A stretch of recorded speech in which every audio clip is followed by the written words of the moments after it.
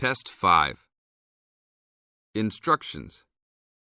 You will hear a number of different recordings, and you will have to answer questions on what you hear. There will be time for you to read the instructions and questions, and you will have a chance to check your work. All the recordings will be played once only. The test is in 4 sections. Write all of your answers in the listening question booklet. At the end of the real test, you will be given 10 minutes to transfer your answers to an answer sheet. Now turn to Section 1 of your booklet. Section 1. You are going to hear a conversation between Don and a rental agent.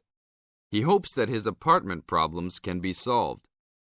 Now you have some time to read questions 1 to 10.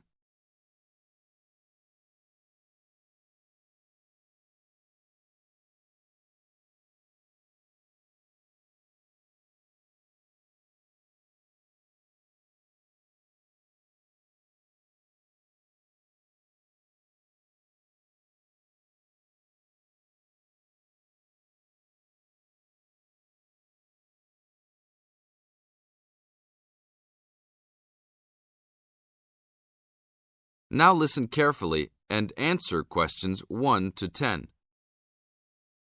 Good morning. I am a rental agency. How can I help? Oh, hello. I'm ringing about some problems I'm having with my apartment. Yes, of course. If I can just get a few details first. What's your name? Don Chester. How do you spell that? Chester. Okay. And the address? Apartment 4, 18 Ruby Lane. Ruby Lane. And that's in Newbridge. Oh, yes, I know the one. Could I ask how long is the lease? It's for a year. And you moved in on? Last week, on 24th May.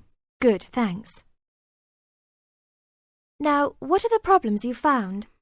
Well, nothing too serious, but a few things that have been building up over a few days. Yes, of course.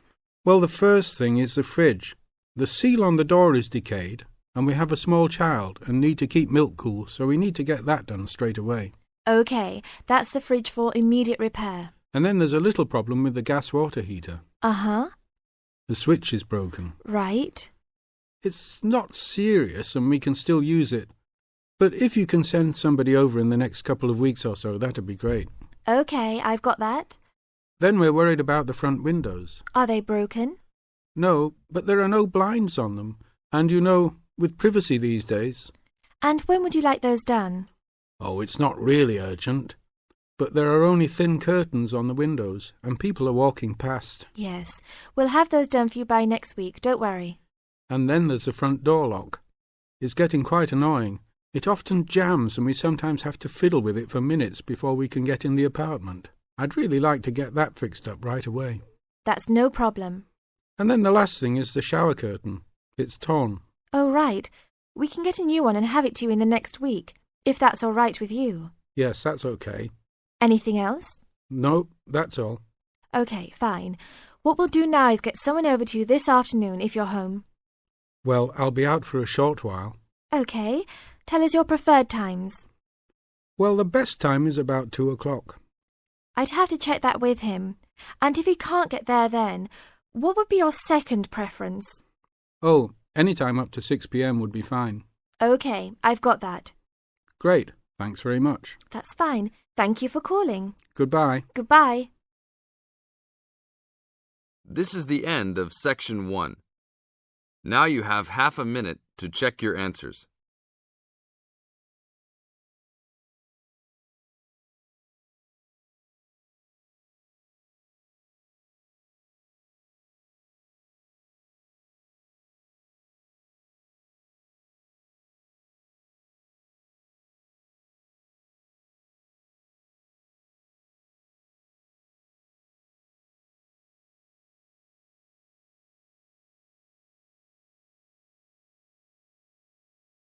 Now turn to Section 2.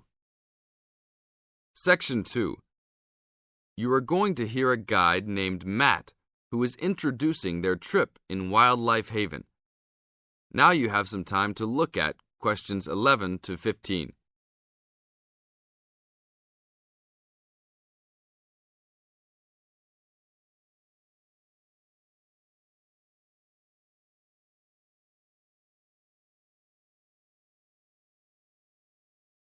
Now listen to the first part of the introduction carefully and answer questions 11 to 15. Well, good morning, everybody. My name's Matt, and I'm one of the 3 guides here at Wildlife Haven.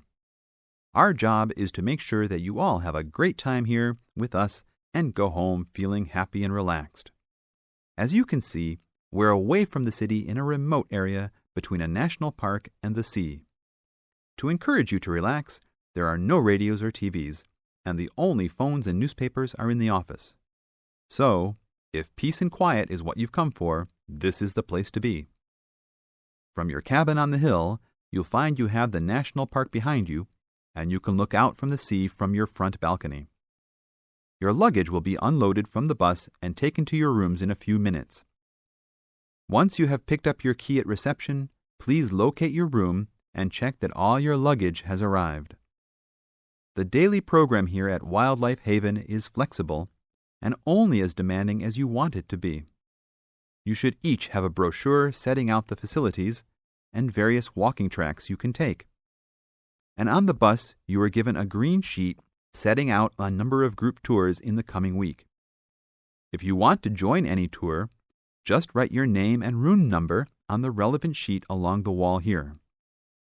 Tomorrow, there is a Beachcombers and Rock Hoppers tour exploring marine life in the rock pools along the beach. Or, if you'd prefer to go inland, there's a guided forest walk that takes you off the walking tracks. If you want to catch some lunch, you could join the beach fishing expedition. And at night, you'll see there is a moonlight forest walk that leaves each night at 7 p.m. So there is plenty to choose from at Wildlife Haven, and of course, that includes just sitting on your balcony watching the waves roll in. But I would recommend my favorite tour, the Waterfall Walk. This departs at sundown each day and also provides the opportunity to have a moonlight swim. Now you have some time to look at questions 16 to 20.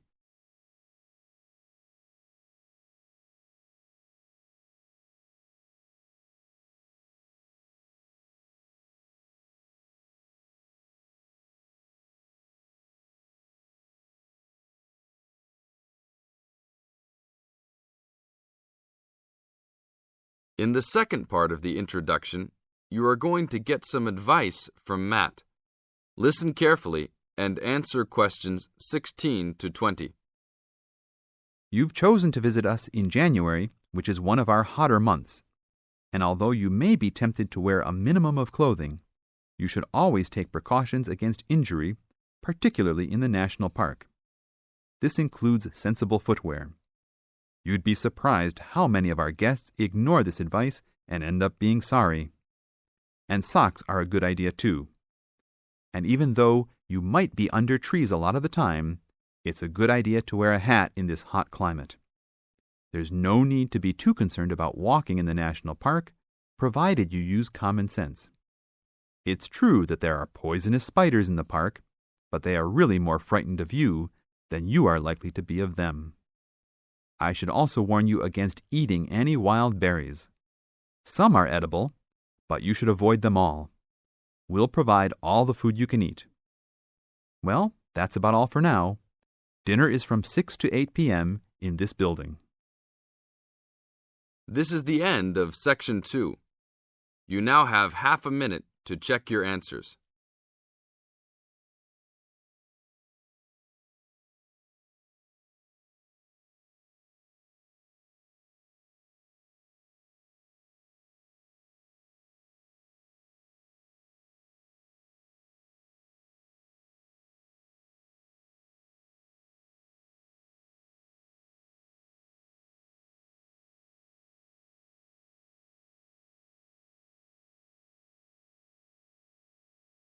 Now turn to Section 3.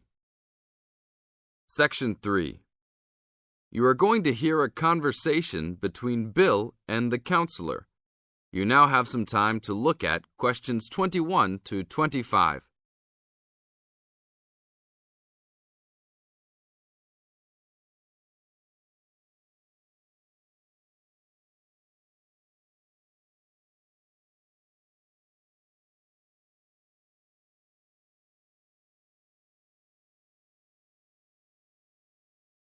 Now, listen to the conversation carefully and answer questions 21 to 25 by circling the correct letter A, B, or C. Hello, Bill. What can I help you with? Well, I was talking with a friend of mine who's doing a medical course, and he said that before I start taking sleeping pills, I should see you. I see.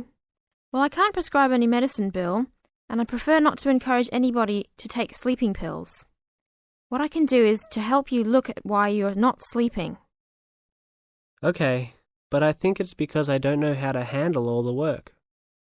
I found that new students find college very different to school. The biggest difference seems to be that you have to get used to working more independently at college. And this can be difficult to pick up straight away. You can feel that you're not quite in control of it all.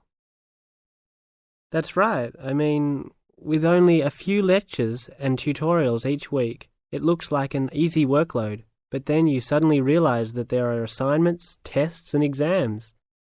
I know I'm not the only one. I really prefer to work quietly in the library where the resources are, but its hours just don't suit my work and sleep habits. Yes. Having a lot of time to manage and having to arrange to get everything done and still have time left over to relax and feel refreshed usually needs careful planning. Yeah, that's right. I know. But it's hard to get started. My medical mate said you can help with getting organized, and I sure need it. Okay then. I need to get a few details about your timetable and any other commitments. You can put them all down on this form if you like. Now you have some time to look at questions 26 to 30.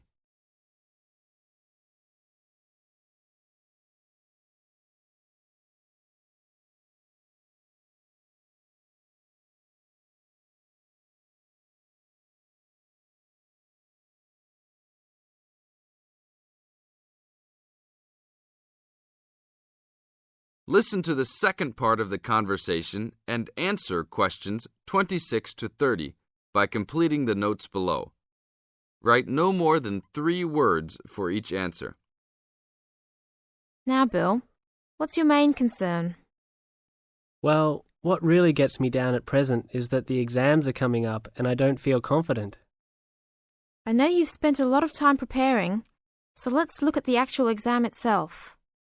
No matter how much preparation you do, it doesn't really count if you don't plan how you will time yourself to ensure you get to answer all the questions. Usually there will be some guide on the exam paper that will tell you the relative importance of each question, its contribution to your total mark. I see. So if I feel organized at the start, I can be more confident. Exactly. So once you've worked out an overall plan, and this can be done quickly, you need to make sure you know what each question is asking you to do. As a marker, I know what answers I expect to a question. Then you need to address the question, not just write down what you know and hope the marker will appreciate the hard study you've done. Yes, that's important. I can see that markers are looking at the questions, not trying to guess what we know. Yes. And the third point to keep in mind is that even if you know the topic well, you should leave time to go back and check your work for content. There may be an important point you have missed, or not explained as much as you wanted to. And at the same time, you can look for errors, including any obvious ones in grammar. Okay, thanks. It's really simple in many ways, isn't it? This is the end of Section 3. You now have half a minute to check your answers.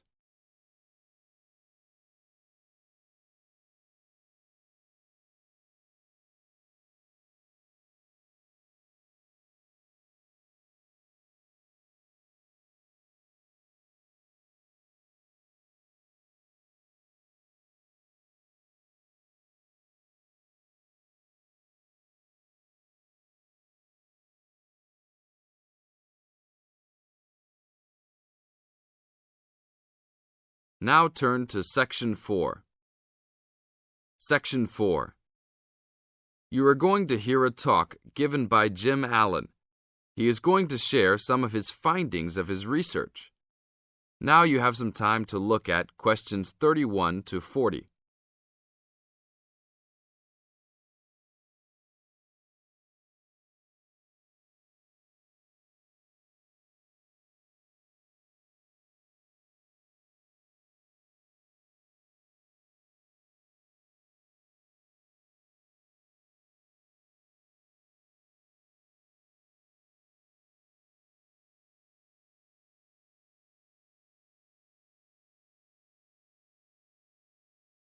Now, listen carefully and answer questions 31 to 40.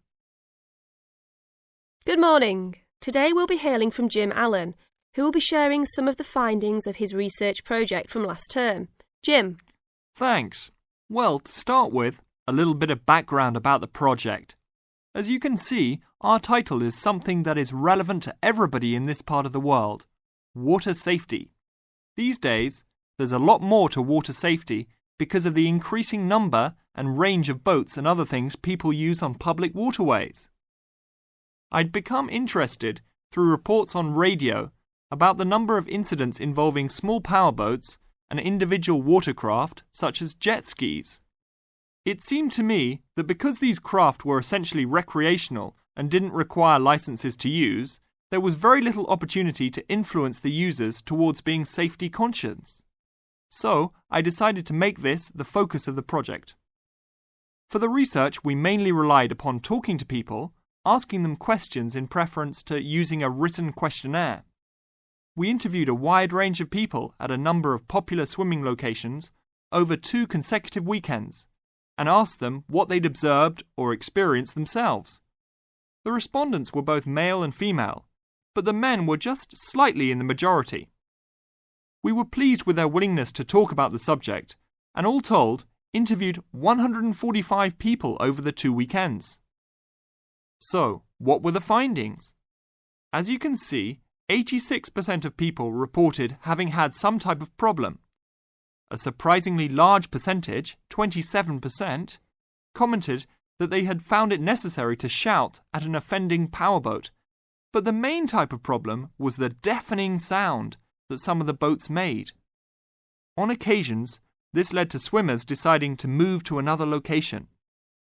So what strategies did people adopt to ensure their own comfort and safety? Let's have a look at the figures.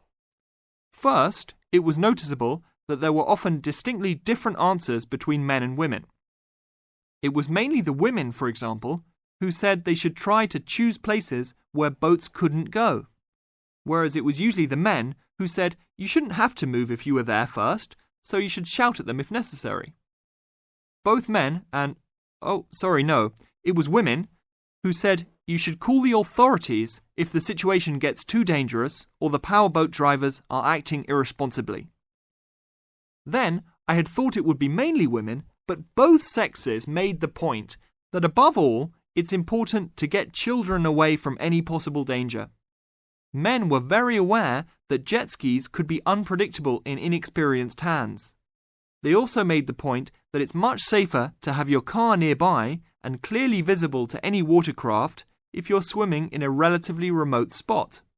Finally, wearing visible clothing, men didn't think it was quite as important as women, but both gave it a high safety rating. When we asked them what they thought the government should do to help solve the problem.